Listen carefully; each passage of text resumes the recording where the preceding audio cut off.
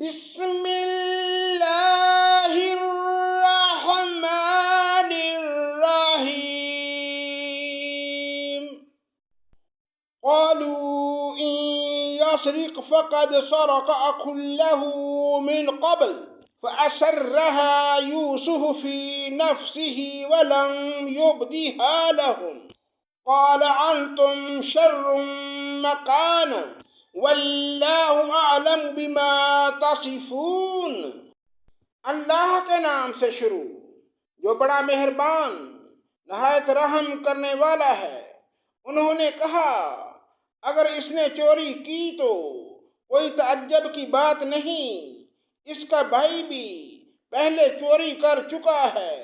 یوسف نے اس بات کو اپنے سینے میں رکھ لیا اور ان کے سامنے بالکل ظاہر نہ کیا، کہا کہ تم بدتر جگہ میں ہو اور جو تم بیان کرتے ہو اسے اللہ ہی خوب جانتا ہے۔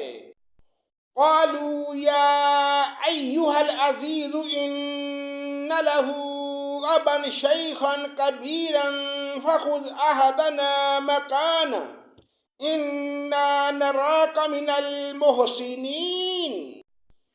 انہوں نے کہا اے عزیز مصر، اس کے والد بہت بڑی عمر کے بالکل بوڑھے شخص ہیں، آپ اس کے بدلے ہم میں سے کسی کو لے لیجئے، ہم دیکھتے ہیں کہ آپ بڑے نیک نفس ہیں۔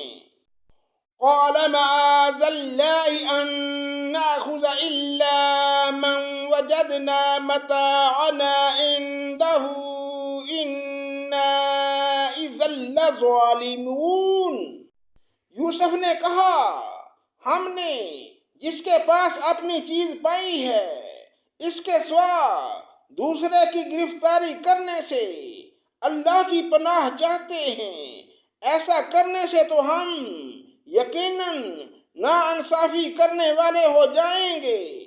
فَلَمَّا اسْتَيْأَسُوا مِنْهُ خَلَصُوا نجيا قال كبيرهم ألم تعلموا أن أباكم قد أخذ عليكم موثقا من الله ومن قبل ما فرطتم في يوسف فلن أبرح الأرض حتى يأذن لي أبي أو يحكم الله لي وَهُوَ خَيْرُ الْحَاكِمِينَ۔ جب یہ اس سے مایوس ہو گئے تو تنہائی میں بیٹھ کر مشورہ کرنے لگے۔ ان میں سے جو سب سے بڑا تھا اس نے کہا تمہیں معلوم نہیں کہ تمہارے والد نے تم سے اللہ کی قسم لے کر پختہ قول و قرار لیا ہے اور اس سے پہلے یوسف کے بارے میں تم کوتاہی کر چکے ہو، پس میں تو اس سرزمین سے نہ ٹلوں گا جب تک کہ والد صاحب خود مجھے اجازت نہ دیں، یا اللہ تعالیٰ میرے اس معاملے کا فیصلہ کر دے، وہی بہترین فیصلہ کرنے والا ہے۔ ارجعوا إلى أبيكم فقولوا يا أبانا إن ابنك سرق وما شهدنا إلا بما علمنا وما كنا للغيب حافظين۔ تم سب والد صاحب کی خدمت میں واپس جاؤ اور کہو کہ ابا جی آپ کے صاحبزادے نے چوری کی اور ہم نے وہی گواہی دی تھی جو ہم جانتے تھے، ہم کچھ غیب کی حفاظت کرنے والے نہ تھے۔ وَاسْأَلِ الْقَرْيَةَ الَّتِي كُنَّا فِيهَا وَالْعِيرَ الَّتِي أَقْبَلْنَا فِيهَا وَإِنَّا لَصَادِقُونَ۔ آپ اس شہر کے لوگوں سے دریافت فرما لیں جہاں ہم تھے، اور اس قافلے سے بھی پوچھ لیں جس کے ساتھ ہم آئے ہیں، اور یقیناً ہم بالکل سچے ہیں۔ قال بل سولت لكم أنفسكم أمرا فصبر جميل عسى الله أن يأتيني بهم جميعا إنه هو العليم الحكيم۔ یعقوب نے کہا، یہ تو نہیں بلکہ تم نے اپنی طرف سے بات بنا لی، بس اب صبر ہی بہتر ہے۔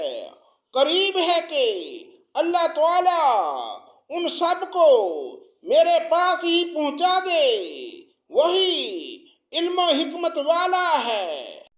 وَتَوَلَّى عَنْهُمْ وَقَالَ يَا أَسْفَىٰ عَلَىٰ يُوسُفَ وَابْيَضَّتْ عَيْنَاهُ مِنَ الْحُزْنِ فَهُوَ كَظِيمٌ۔